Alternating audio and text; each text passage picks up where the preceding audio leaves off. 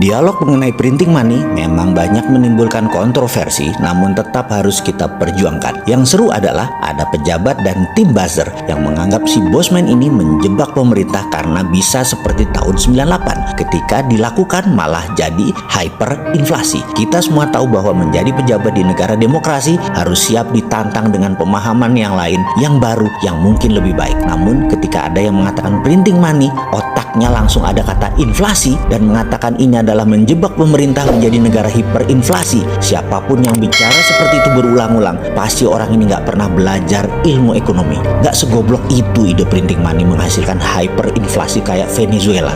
Naif bener sih ngomong begitu. Semua ada dalilnya, semua ada bukti yang telah dilakukan dan berjalan dengan baik. Kita ingetin ya, pada saat sebelum Perang Dunia Kedua, yang mana untuk membiayai Perang Dunia Kedua waktu itu, JMK, ekonomi yang terkenal, saya nggak mau perpanjang nih kata-kata JMK, yang menjadi penghitung war cost atau cost accountingnya atas biaya perang, yang menjadi dasar Federal Reserve cetak uang, di mana dia sebelumnya juga mendapat pekerjaan yaitu menghitung Project Relief Amerika dari Great Depression. JMK menghitung pembangunan Amerika berbasis infrastruktur statis jalan bebas hambatan dari tahun 1933 ke 1936 dalam pemerintahan FDR, Franklin Roosevelt. Dengan formasi criss-cross Amerika, ada 11 dari timur barat, ada 13 dari utara selatan dengan ribuan anak jalanan. Juga berbarengan infrastruktur dinamis juga diberikan dana untuk membangun industri permesinan yaitu kendaraan bermotor, membangun instalasi listrik dan segala kebutuhan rumah tangga. Dana tersebut dari mana? Cetak uang berbasis proyek yang bernama New Deal. Program ini memiliki moto 3R, Relief, Recovery, dan Reform. Fokus program ini diadakan untuk mengatasi pengangguran dan kemiskinan, kemudian pemulihan ekonomi ke level wajar, serta mengatur ulang sistem ekonomi agar depresi tidak kembali terulang. Dua peristiwa tadi, New Deal FDR untuk Amerika keluar dari depresi dan memenangkan Perang Dunia Kedua adalah strategi printing money. Oke, sekarang kita ke Amerika. Bosen deh lu bolak-balik ke Amerika. Tapi yang namanya belajar, ya nggak apa-apa juga. Tidak ada keunggulan di dunia ini. Yang ada hanya pengulangan, alias kalau mau unggul, maka ulangi.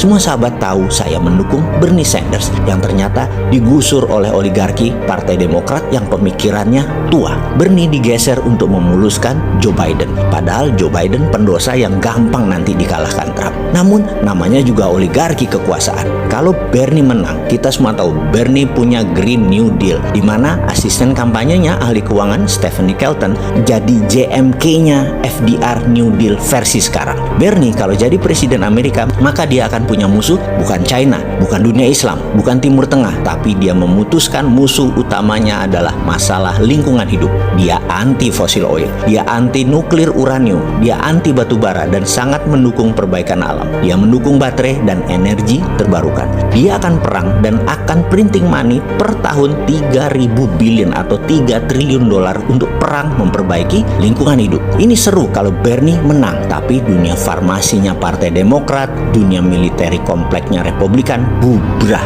Bernie hanya perang di dua front. Satu, lingkungan hidup. Dua, komunis. Komunis itu musuh abadi demokrasi dan lingkungan hidup musuh perusahaan minyak, gas, batu bara, dan nuklir uranium dan hal-hal yang mengurangi oksigen karena penebangan pohon dan lain sebagainya. Ini beda dengan Trump. Ini beda dengan agenda Partai Demokratnya Biden, Obama, dan Clinton. Singkat cerita, Bernie disingkirkan. Kini, terkadang timbul kekosletan otak si Sontoloyo ini. Selain konsep MMT di dalam membangun Indonesia yang tidak bisa diterima oleh para menteri yang pro IMF juga pro obor, maka mungkin baru bisa dijalankan setelah mereka tidak menjabat. Walau saya menyayangkan ketidakberanian mereka saat ini, mengingat mereka masih 4 tahun lagi berkuasa. Jadi buang-buang waktu untuk Indonesia jadi negara terbesar di dunia. Atau mungkin mereka memang tidak mau dicatat sejarah sebagai pejuang kedaulatan Indonesia berikutnya. Mereka maunya dicatat sebagai orang yang manut dengan IMF dan obor Tiongkok. Ya nggak apa-apa juga, namanya juga pilihan hidup, silahkan dilanjut. Jadi